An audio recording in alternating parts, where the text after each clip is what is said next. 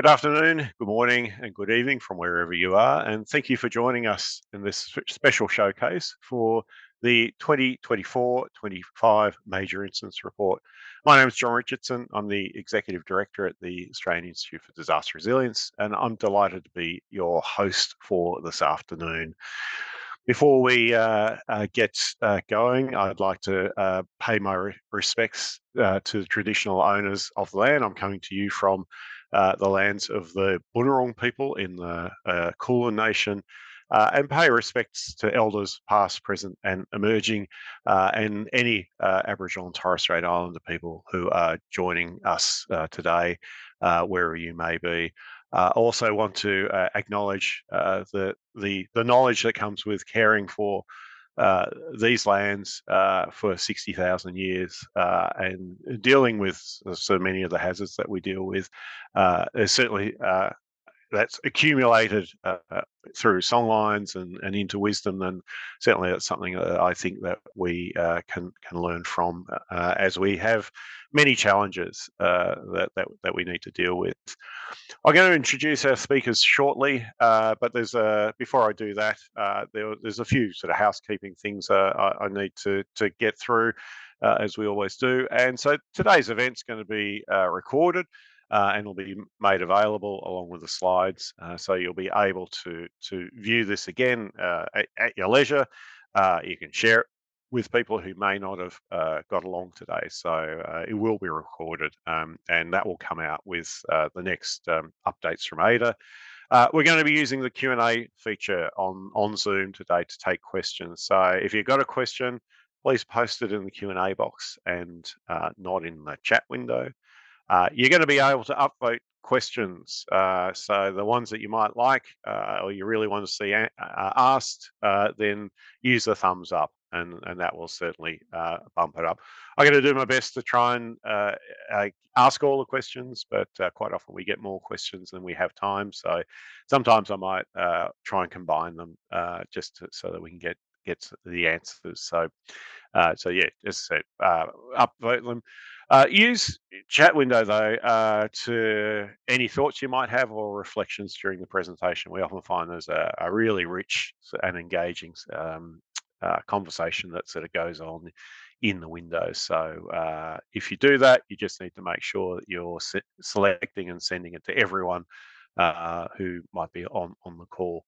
But if you are doing that and using the chat function, then I just want to remind you that please be respectful to each other and our presenters when you're posting your comments or questions.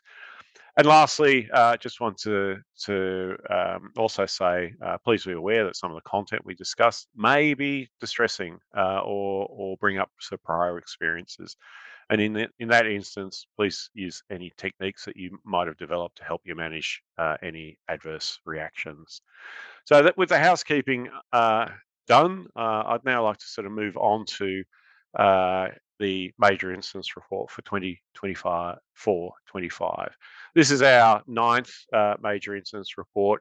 It's commissioned by the National Emergency Management Agency as part of the agreement that we have as with AIDR. We work with NEMA, Australian government agencies, and the state and territory emergency services to produce the report every year.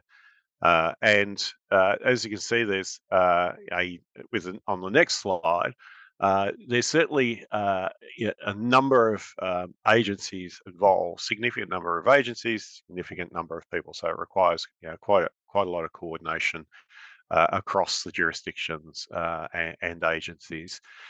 At AIDR, we monitor incidents throughout the year that might be occurring, and then we start to sort of try and confirm these with the relevant lead agency in the jurisdiction, and whether it sort of fits within our sort of parameters for consideration. And Brad will sort of outline these later on.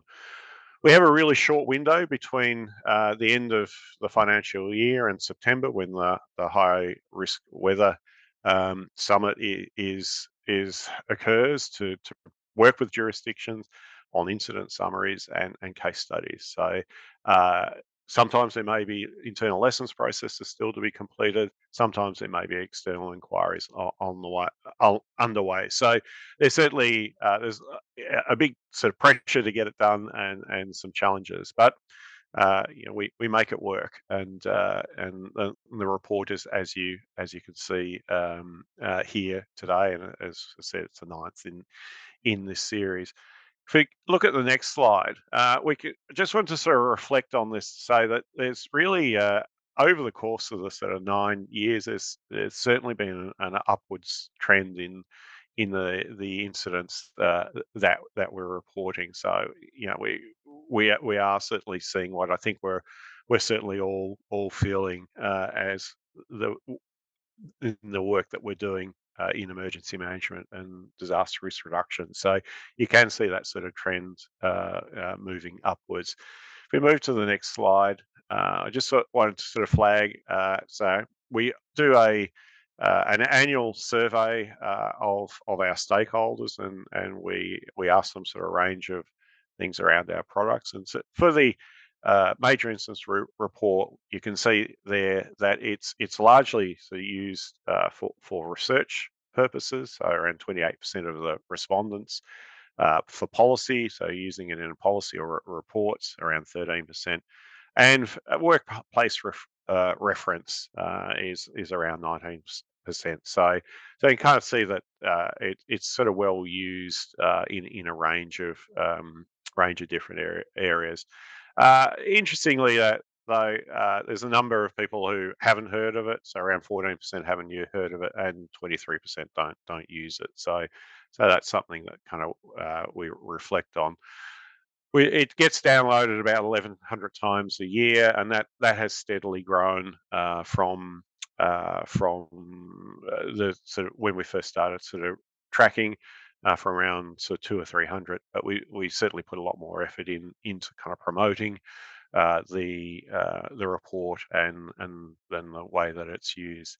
We just move to the next slide. And we can see how people rate it. So in around 44% sort of rate it sort of very useful or useful. So I think that's again something that we're sort of pleased to see. Obviously, still there's the people who haven't used it or haven't heard of it, but those who are using it, largely sort of finding it really really useful. So that's important for us to sort of reflect on. And lastly, if I move to the last slide, this is what people are saying about it. So I won't necessarily go through each of those, but just to say this is some of the sort of feedback that we have been receiving on the report. So you can see that it's used in a number of different ways. So that's just a brief snapshot in the context of the report and how we produce it, and how the sector is seeing it and using it.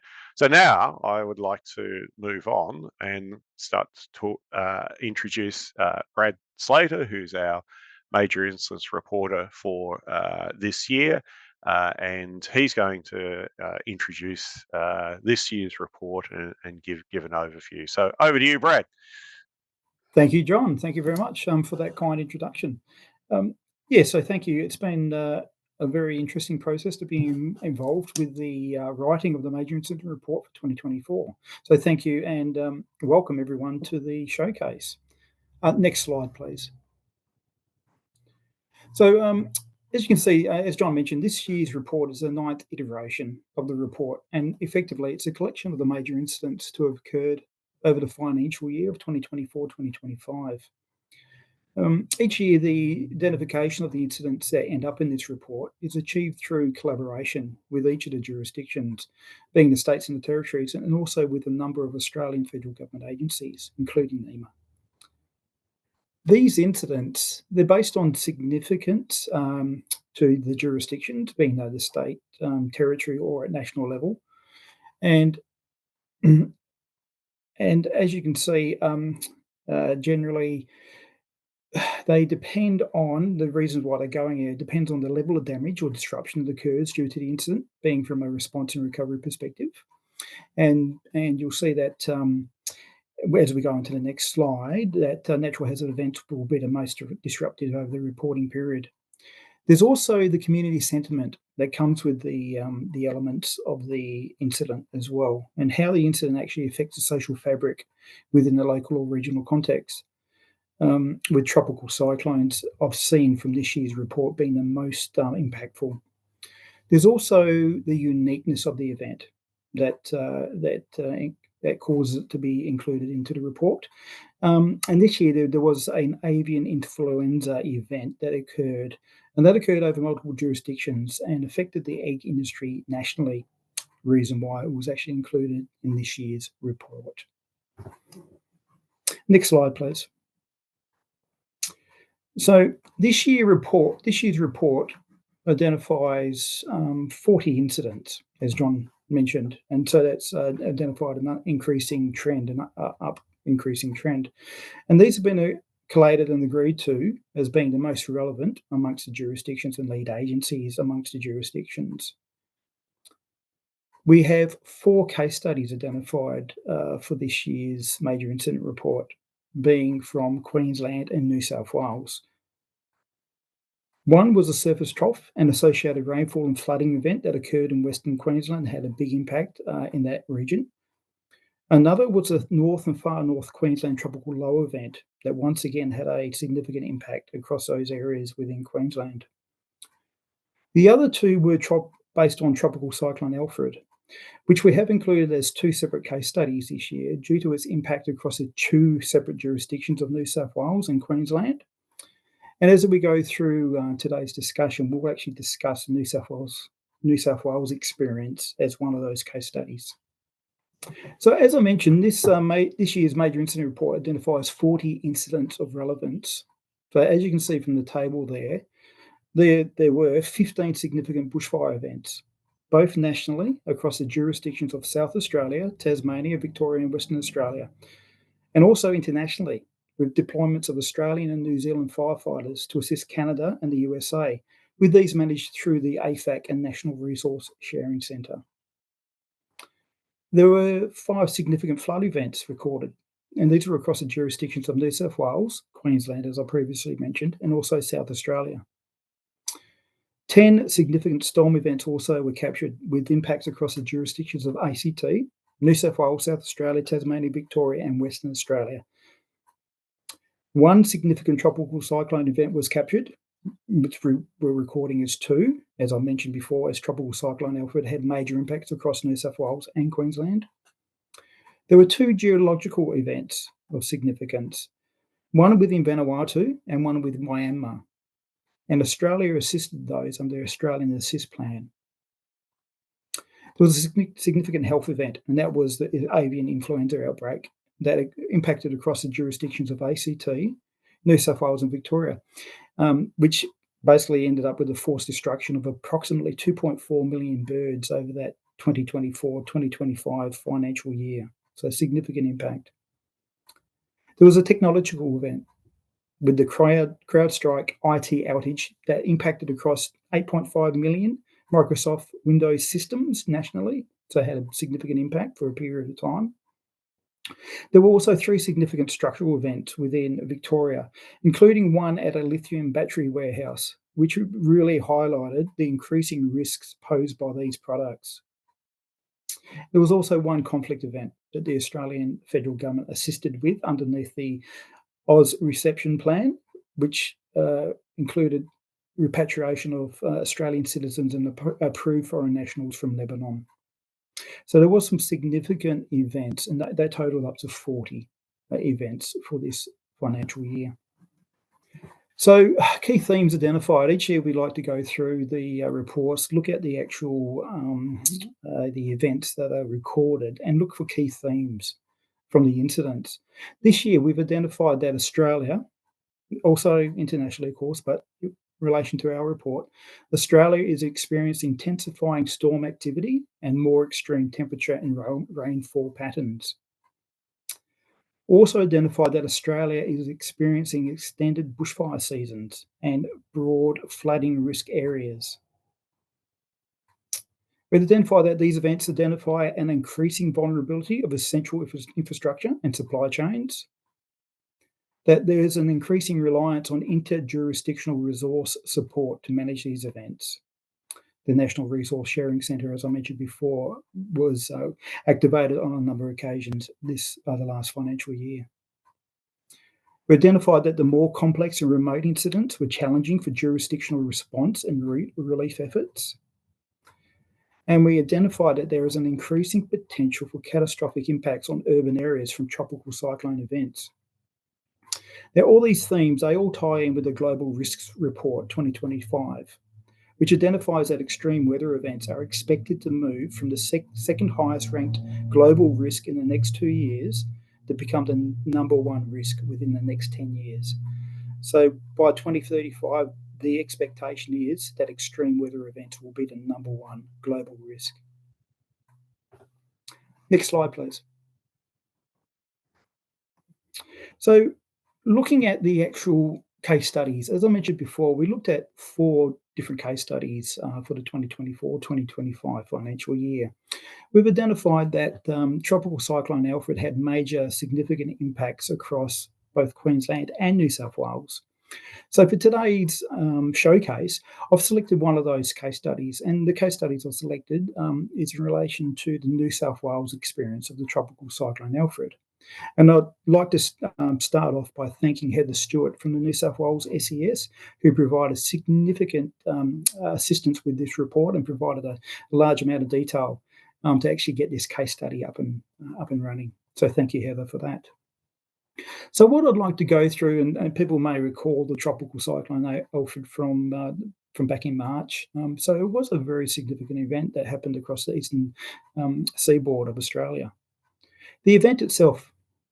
So during the period of 3rd of March through to 14th of March 2025, Tropical Cyclone Alfred impacted the northern rivers, mid-north coast, and the New England, northwestern New South Wales area with severe storms, floods, and coastal erosion.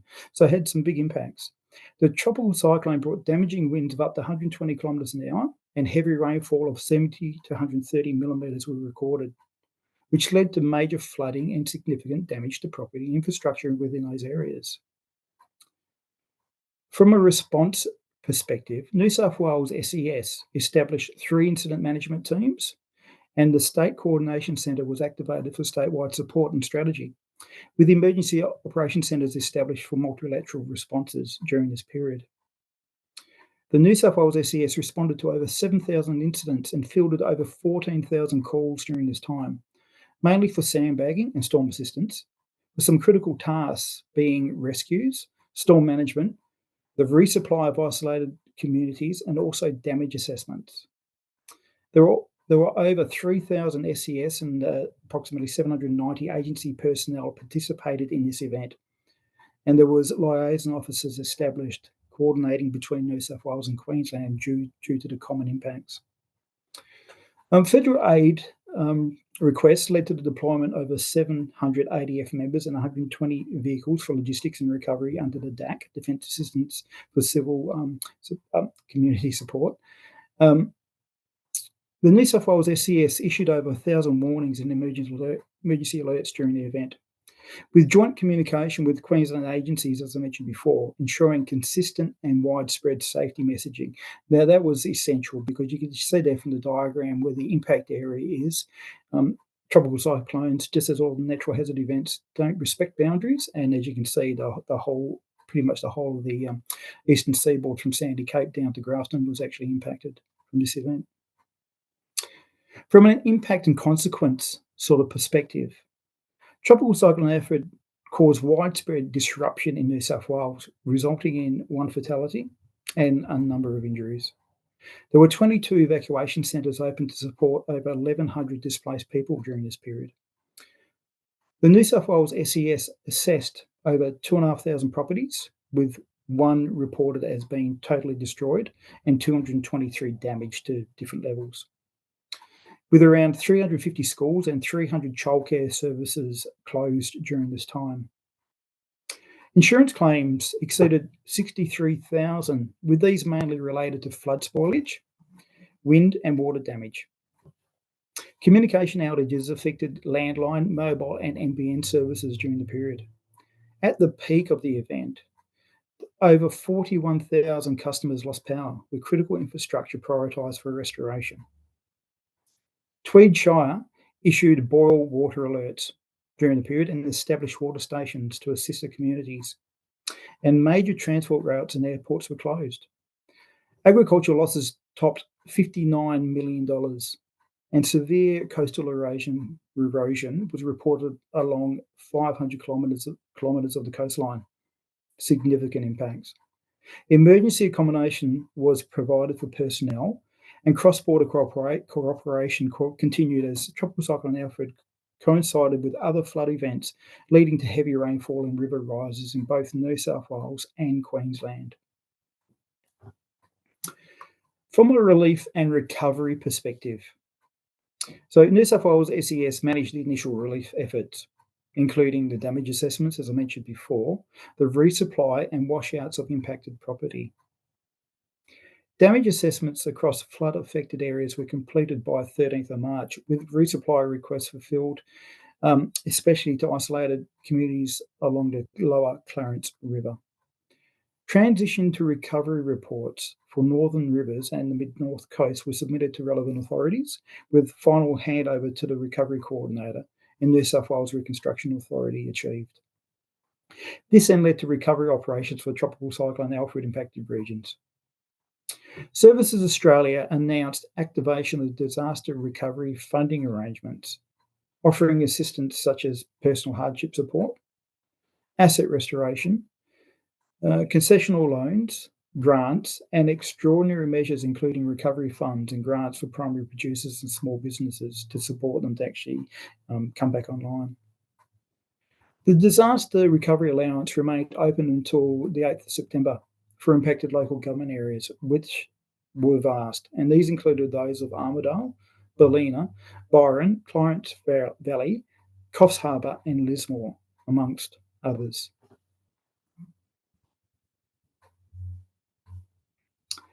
Now, observations. There were a number of observations reported regarding the response and the relief and recovery aspects of this event. So the three main observations emerged from this event, being that advanced planning and resource deployment were crucial for cyclone response, as infrastructure such as airports and roads often close due to hazardous type of weather. So to be advanced in their planning and resource deployment was essential. Second observation was that early, clear communication about cyclone risks was important, including the wind, the flooding, and coastal erosion events. It was essential as it assisted the communities to prepare and act promptly. So that was very effective from the observations identified from this event. The third observation was that quick and thorough involvement of all stakeholders, especially elected officials, local governments, etc., ensured that coordinated response efforts and consistent public safety messaging was achieved. So it wasn't just the messaging coming from New South Wales SES, it was also the local governments as well that were ensuring that consistent public safety messaging was getting out to their communities. So these three observations were achieved, obviously, over this event. And it actually highlighted that the event was managed in a very coordinated fashion. So thank you very much for discussion on this incident. Obviously, further detail is provided within the report for this case study, and also the experience from Queensland in relation to Tropical Cyclone Alfred, and also for the other two events that occurred within Queensland that were of a significant nature.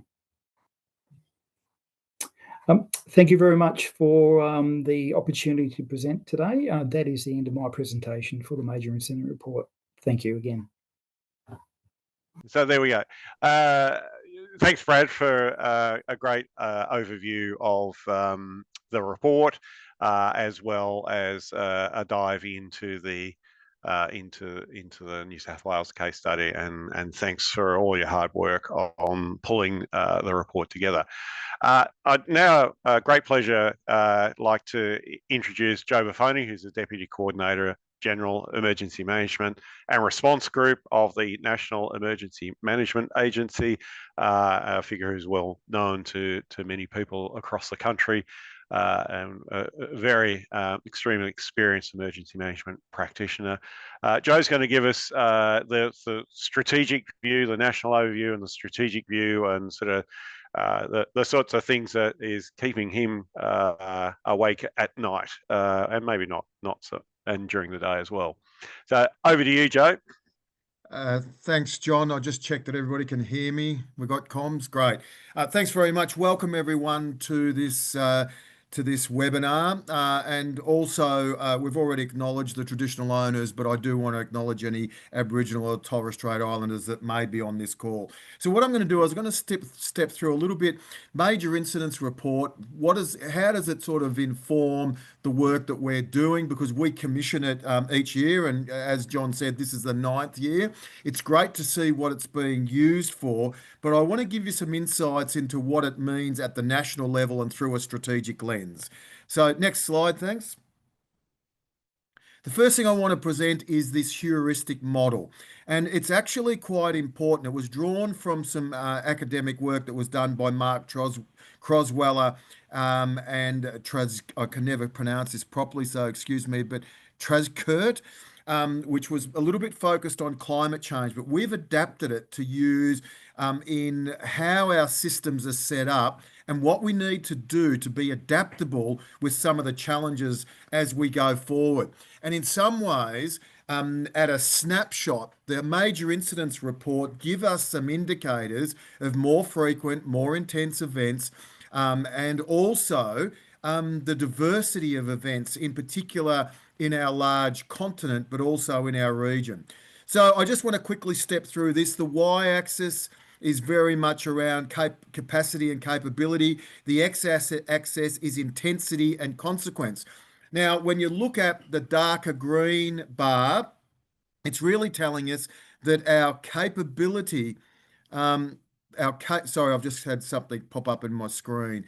The capability is demonstrated by the dark green bar. The lighter bar is what the event is actually dealing with or drawing on our capacity and capabilities.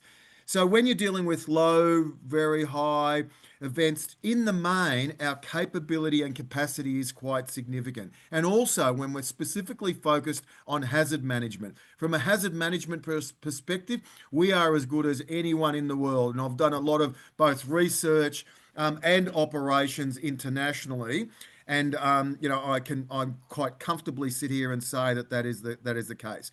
When we get to about the severe, what we describe as the severe event, we start to get an equilibrium where the demand from the event and our capacities and capabilities basically equal out. And a lot of my colleagues and peers, the commissioners and chief officers, will often use the term, hey, we have just dodged a bullet. As you start to move to the right, where we get into extreme and catastrophic events, we're into a new paradigm. It doesn't mean that what we've done on the left-hand side is disregarded, because that is the foundation of our capability. But it does have to be used and managed in a different way, because the left-hand side is based on mastery, SOPs, historic understanding. As we push into the right, we're actually in this novel crisis space, sometimes beyond our imagination. And also we step into this VUCA environment, which is volatile, uncertain, complex, and ambiguous. The other interesting thing is the demands increase. And as we step towards catastrophic, our actual capacity and capability actually starts to drop off. So we have to be adaptable, we have to be innovative, and we have to be able to repurpose and reprioritize a lot of our capabilities. And in some instances, I would even argue, call to action of the community to actually be more directly involved, because they are the first responders in every event. Next slide, thanks. I want to touch on complicated versus complex, because again, the major incidents report shows us that more frequent, more intense, but also more complex. You heard about the avian influenza part of it. You heard about repatriation from the Middle East, from conflict. You heard about the Vanuatu earthquake response. And then what's not mentioned is the Myanmar response and many other critical responses in our regions. But I do want to just touch on the difference between complicated versus complex. And look, you can read the description there. The important piece in this is that in a complicated system, you actually can be addressed piece by piece, and it is actually quite often linear, and you can actually control specific elements of the issue within that system. In a complex problem, it is often network of networks and systems or complex adaptive systems, and quite often small inputs may result in disproportionate effects. And some of you may have heard about the butterfly effect, where the principle was that a butterfly can flap its wings in the Amazon and create a tornado in Texas, which was born from a meteorologist that was actually doing some data analysis of systems. But these complex adaptive systems, it's very much, they can't be solved once and forever, and need to be managed as a complex adaptive system. And quite often we are only stabilizing rather than totally fixing, which is an important differentiation between complex and complicated. Another really good example is somebody might, if I ask you the question, what is complicated and what is complex if you talk about a jet fighter or the Amazon? And the answer to that is that the jet fighter is complicated, but it's systematic, it's known, you can literally map root causes. The Amazon is complex because of this complex adaptive system, and how it actually operates and the interdependencies of every single part. Next slide, thanks. So this is a bit of a showing how the interaction, and what's mapped out here is, and this is a historical one, which is the US government on the right, and then the FEMA system, so Federal Emergency Management System in the US. And you can see the interdependencies and how they actually interact and how it operates. And so what I wanted to show you is an example of that is the sphere that I have here, in how the system actually operates, how they interact, and the interdependencies, and how some of the nodes within this system can destabilize and start to have immediate unintended consequences on other aspects of the system. And we've seen that through supply chains. We saw it through COVID. We see it through some of our telecommunications outages, through cyber, through the crowdsource impact that we saw, and very much how it operates and how we stabilize. So how do you actually work within the system? How do you understand the interdependencies? You can spend all your life trying to analyze. However, how you deal with it in a crisis adds another dimension of complexity. Next slide, thanks. So I do want to touch on what we do at the national level, which is the National Coordination Mechanism, and it builds on that theory.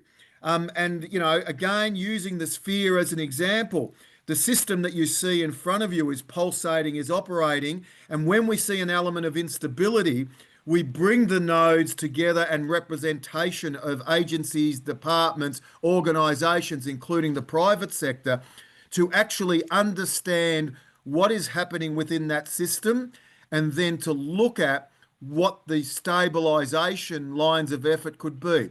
The other key thing about this particular system, as you see in front of you, is that the shared situational awareness actually has significant power in everybody hearing it from an authoritative voice. And I'll give you a quick example.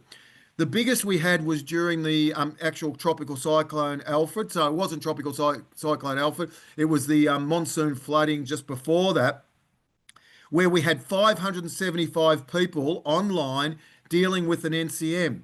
And you might say, well, how does that work?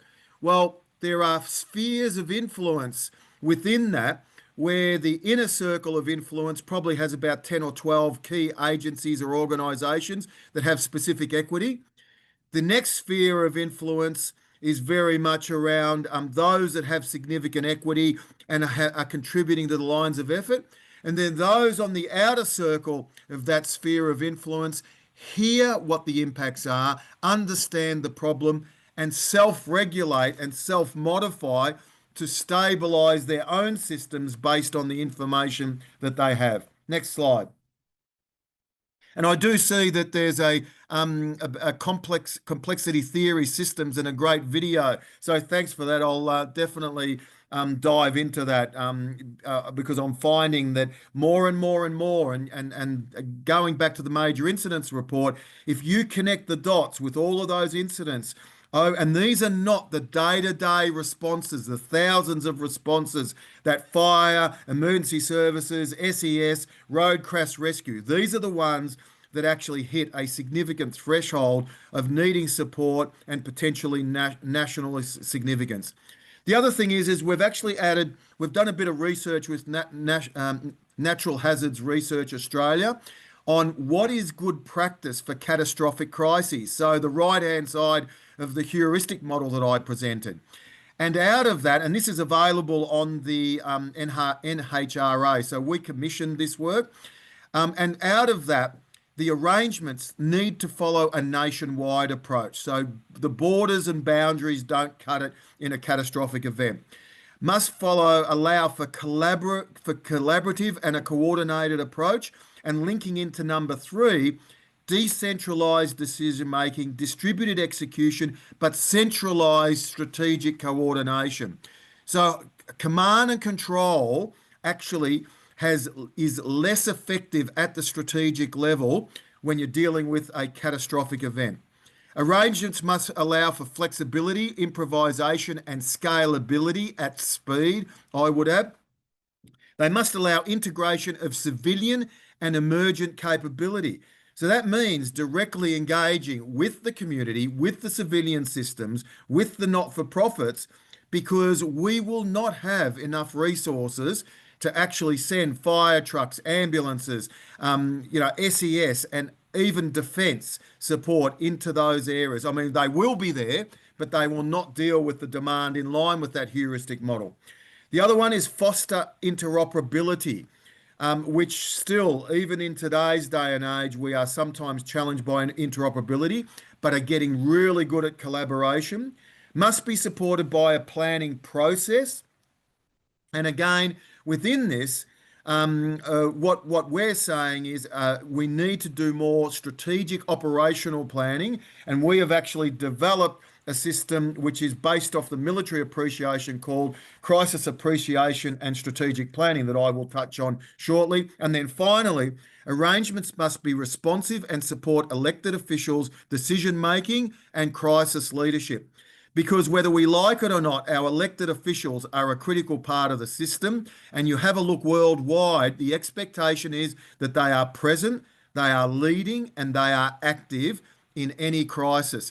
And if anybody wants to watch a failure at its best at every level, you should watch the Netflix on Katrina. I've watched it twice now, and it is so compelling and in some ways quite disturbing, but also a great playbook on what not to do and what we should do better. Next slide. Just quickly, the shift from consequence management from hazard management. And I'm not going to step into the detail, but historically we have focused on the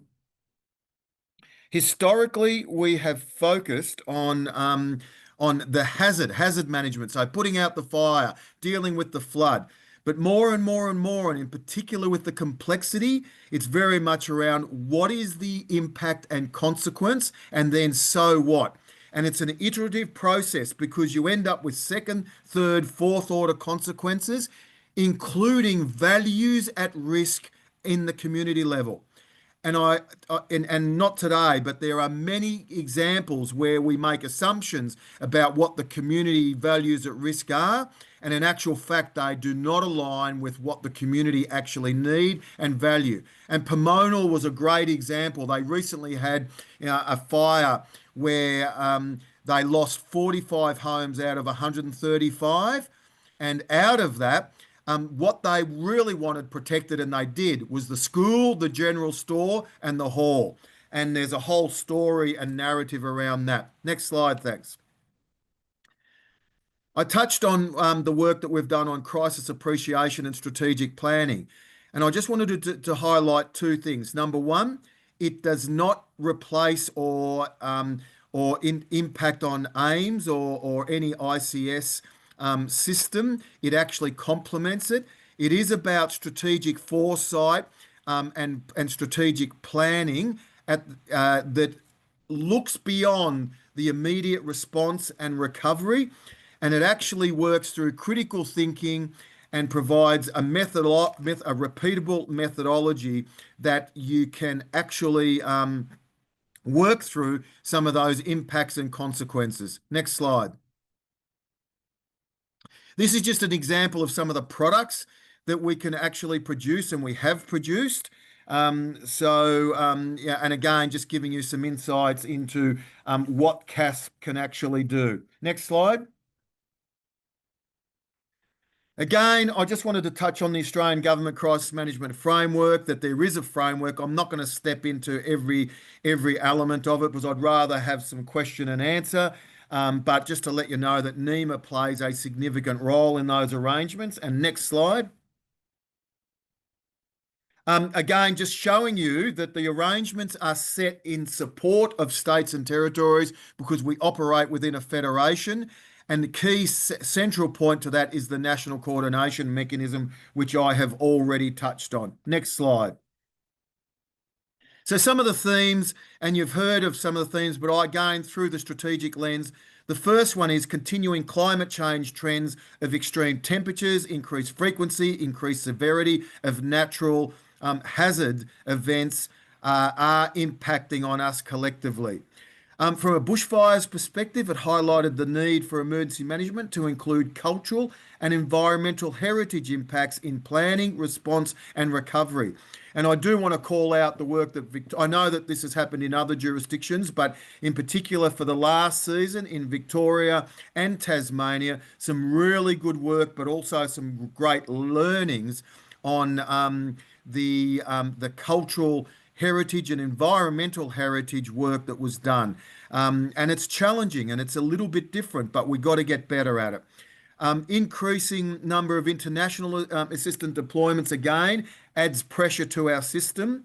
And the novel events, so avian influenza, but the important thing around connecting whole of government, whole of society and the private sector, and the consecutive concurrent compounding effects of more frequent and more intense natural hazards with additional complexity of human-induced crises such as cyber can really challenge our collective system, but how we adapt, how we adjust, and how we think be in a different way. Of course, AI is starting to play a significant role in how we actually undertake some of this analysis, but an important part that we embrace both new technology, but also be able to revert back to our traditional manual models, because if systems go out, we don't want to be caught in a space where we haven't actually prepared to operate without the support of technology. Next slide, thanks. So that concludes my presentation. Again, stepping through the themes, the linkages to the major incidents report, but also that strategic lens at the national level. Back to you, John. Thanks, Joe. Thanks for, again, a fantastic step through the complexity, complicated nature and the complexity of what we deal with. And I think so many people don't see what happens behind the scenes, and to be able to sort of paint that that picture in such a great way has been really useful to understand the context in which the major incidents report is sort of, I guess that's the output in a way of a lot of what you were sort of saying that kind of goes on behind to make all of this happen. I was really pleased that you sort of mentioned the Katrina documentary. I think that's certainly worth watching, as is a TV series, the Treme, which was I think produced about 10 or so years ago, which sort of looks at more of the recovery from Katrina as well, and so it starts at 3 months and sort of goes over a number of years. So both, I think, should be kind of required sort of watching for people who are interested in how we sort of deal with kind of catastrophic disasters. So if people have got questions and they've got plenty of time to sort of think about that, please pop them into the question and answer boxes. We've got one here, Joe, which I'm going to pose this one to you. So this is from Megan, and speaking of complexity and nodal and network governance, the way you're talking about NCM at the moment presumes you have ability to essentially switch on and switch off the nodal framework once a crisis threshold is passed. So Megan is curious about whether there's planning or discussion around how you can use the NCM for more long-term or crisis or chronic events like extreme heat, or is it more for shorter-term disasters? And do you need another framework for long-term? Can you hear me, John? Sorry, yep. just Yep, you're hey, on. Megan, great question, and we've put a lot of thought. The approach can be pretty much used for anything. So the methodology, and there is a bit of a methodology to it because it is not a committee meeting. Some people think, oh, it's another committee meeting. It's not a committee meeting. You are invited when you have equity in the problem definition, problem resolution, and lines of effort. So you're quite specific. The thing that we are doing at the moment is we are quarantining the NCM for what I would say is more midterm to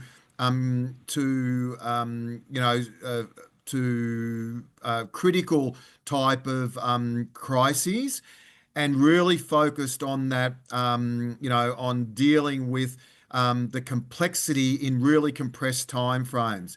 Now, the reason that we're doing that is that if we don't do that, it will start to be used for, some of those longer term policy settings. And one of the things that we don't want to do is to actually end up creating a bureaucracy within that system. And I'll give you an example where at the last year's summit, the chair of the Australian Logistics Council said, we will come to an NCM because 1, we get outcomes. 2, we actually are treated as an equal partner. 3, it is short, sharp, and to the point. 4, the methodology cuts through red tape and actually gets to the source of the problem. So we're trying to preserve that under the NCM brand, but the concept can be used. The other thing about the NCM is it has no authority over existing policy settings, legislation, etc. But what we do is leverage those authorities and policy settings as well. So I hope that's answered your question. Thanks, John. Back to you. All right. Thanks, Joe. I've got a question here from Jonty, and I might pose this one to you, Brad, initially, and I can jump in as well if needed. But does the reporting and analysis of these events extend to the planning provisions, or maybe some advocacy where certain types of critical infrastructure or vulnerable users should be able to or not able to be located, building their resilience when an event does occur in the future by being located outside of these higher impact areas, or is that outside the scope of this work? Thanks, Jonty, for the question, and thanks, John, for passing over. Effectively, that does sit outside the the components of this report, of course, because we're reporting on the actual major incidents that occurred and the actual, obviously, the response recovery aspects that went into that incident. But in saying that, I do find that with the collaboration that I had with a number of the jurisdictions, there was discussions around that, about the planning, about how the considerations are starting to come to the fore, about what do we do with this critical infrastructure to actually prevent it from being damaged by cyclones when they occur, as an example, or flooding. How do we actually get around that?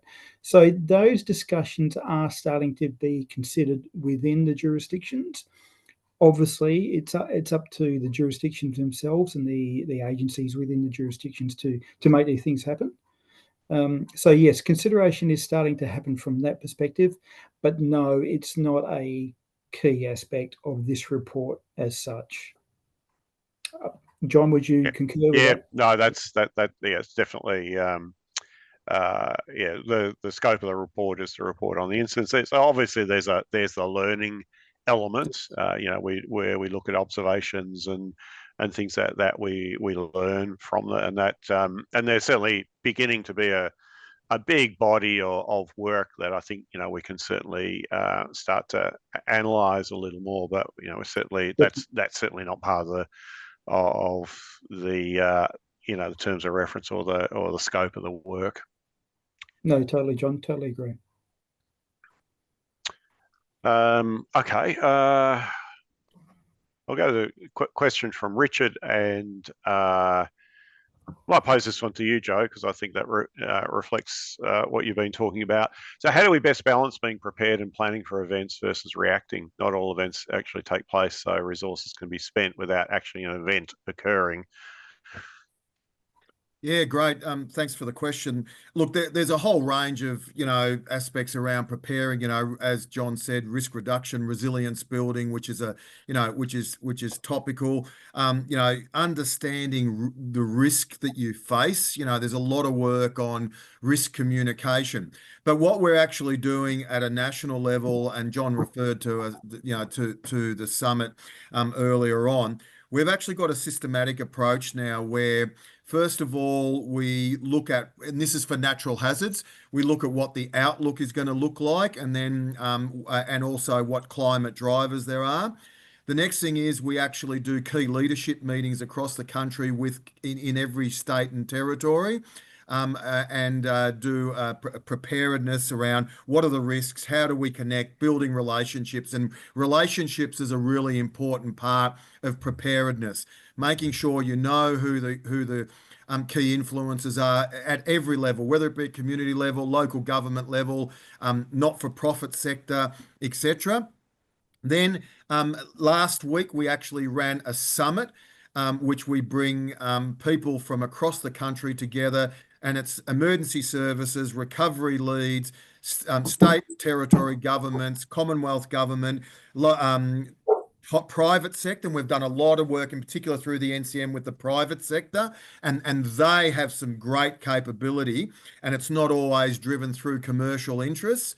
And then what we did is two things. First of all, a little bit of what I presented to you, but on a sort of broader scale. We also learnt from the previous season and had a whole range of targeted breakouts, such as First Nations, disabilities, people with disabilities, cohorts disproportionately at risk, telecommunications, warnings. We had California present on the fire there, and I took a delegation over earlier from Australia to learn from that. And then the second day, we basically did a whole day of what I describe as scenario wargaming, with Mother Nature throwing a whole range of challenges at us, and basically worked up the system to a point where it was starting to stress. And that's all about the preparedness. But I do think that understanding risk, knowing what capabilities we've got, and back to my heuristic diagram, knowing what limitations you have as well. And also knowing how the system actually works, and importantly, being able to leverage non-traditional actors within that system as well. So I know a bit of a long-winded piece, but it's a big question, and there's probably a lot more that we could sort of unpick around preparedness.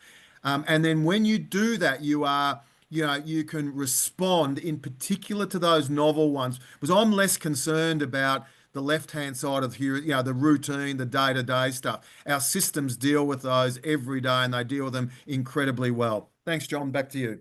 Yeah, thanks, Joe. And I think one of the things we have tried to do as we're sort of looking at the incidents, and we do ask the jurisdictions because you will see events or incidents that a whole lot of work has gone into to support community safety, and effectively the disaster has been avoided. So I think it was 2 years ago we featured a potential dam failure in South Australia, where there's a whole lot of work that SES did and local council just to kind of look at what might happen there. So that's certainly something that we're trying to capture as part of the report, because I think that's a really good story to tell, and it's not the story that's told enough. I think where we kind of focus on the catastrophes and that's what sort of everyone thinks about, but there's certainly a lot of work that happens to sort of to help us to achieve that kind of disasters avoided sort of concept. So question here from Glenn, so the value of the reports has increased due to the improvement of insights and observations, but seems to be lacking a lack of formulating these for research and trend analysis. Is there an intent to continually improve these in the future? Joe? John, if I could, and then I'm sure Brad and you will have something. But I suppose I want to put a bit of context into this, because this has come up before. The report was initiated as part of preparedness as well, and I think it's an important part. And part of that was to very quickly grab a pictorial and a snapshot around the incidents of significance that had occurred in the previous season. And the reason I wanted to jump in is we've had a lot of debate around the oil methodology, and exactly what was said, trend analysis, doing that sort of work. What we're just cautious about is that the report then loses its ability to basically be pulled together very, very quickly. And some of these events might have inquiries that are underway, like, or in Queensland, for example, the Inspector General might be doing some work. Their own after-action reviews haven't been completed. So sometimes we're actually, working within an environment where the jurisdictions are still going through their own processes. So what I would recommend is into the future, that this report can be used to actually shape, if somebody wants to take it and do some further analysis, there's enough information and data there that would actually kick that off. I just want to be a little bit cautious around going into, detailed, analysis like an academic sort of paper, because I think it starts to lose some of its utility. Now that's a view, it's not, and I think the evidence or the work that John's team have done around the utilization of the report and the value of the report probably indicates that. Yeah, I think that's, if you look at research, research is a significant user of the report. So, it's a starting point. It's a place for us to bring all this together, because I think there really isn't any other sort of source, and so I know that's the way it's certainly used.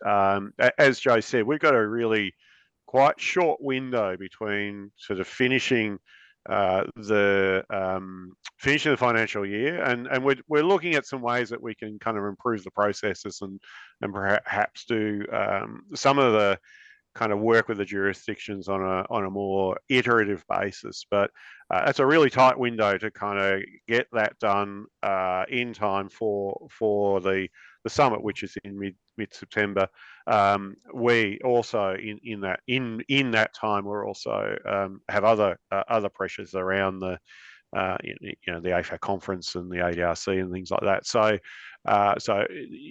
yes, you could always do more, but what's the purpose of it? And I think to Joe's point is that it's a great snapshot, and and in some ways, I think it probably has grown even further than perhaps what we intended, and that's something we also want to look at, is that can we sort of bring it back to that kind of real snapshot that you can pick up and get at a glance. Okay, well, this is what's challenged the country in the last sort of 12 months. And there might be opportunities for us to sort of look at the set, or the 9, or next year will be 10. Look at what we can infer from those, but yeah, certainly in terms of the kind of production of the report, we really just got to focus on getting it to be that real snapshot. Definitely. I'll just add on to that too, John, if I may. I mean, some of the jurisdictions out there have really good assurance bodies within their processes, and I will mention the Queensland Inspector General of Emergency Management. They are actually running a research forum, disaster management research forum, and I believe they'll be using the actual lessons learned from their current review into the 3 case studies that we've mentioned within the report: the tropical low, the tropical cyclone, and the flooding event. So obviously all that's part of their jurisdictional sort of research approach. So there's some really good work going on to that, in that space. It's just a matter of having the time to be able to put into the report, of course, and that's the biggest factor. Yeah. I've got a question from Arana, which I think is probably for you, Joe. Do you have examples of when federal and state jurisdictions have worked together really well in an incident? What did they do to lead to a great result? Yeah, to be honest, I've got a lot of really good examples. But again, a couple of things that I want to highlight. The role of the Commonwealth in working together is in support of the state or territory, because under the Federation, the state has the responsibility. But I'll give you an example just recently, which was Queensland floods and tropical cyclone Alfred.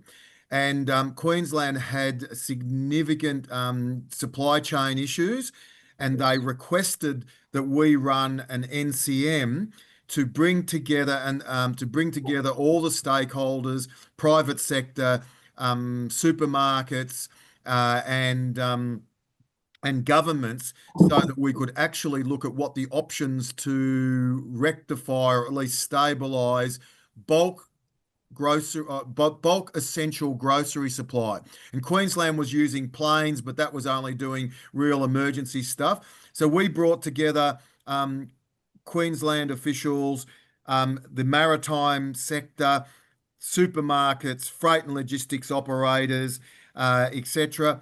We basically identified what the problem was, and just to cut it to the chase, we ended up coming together and having what we call as a sea bridge, where a particular company offered up vessels that could actually load up trucks and move them up north beyond where the actual impact was. And whilst it didn't totally fix the problem, but it stabilised the problem, and they were getting bulk essential groceries into that. That's one example.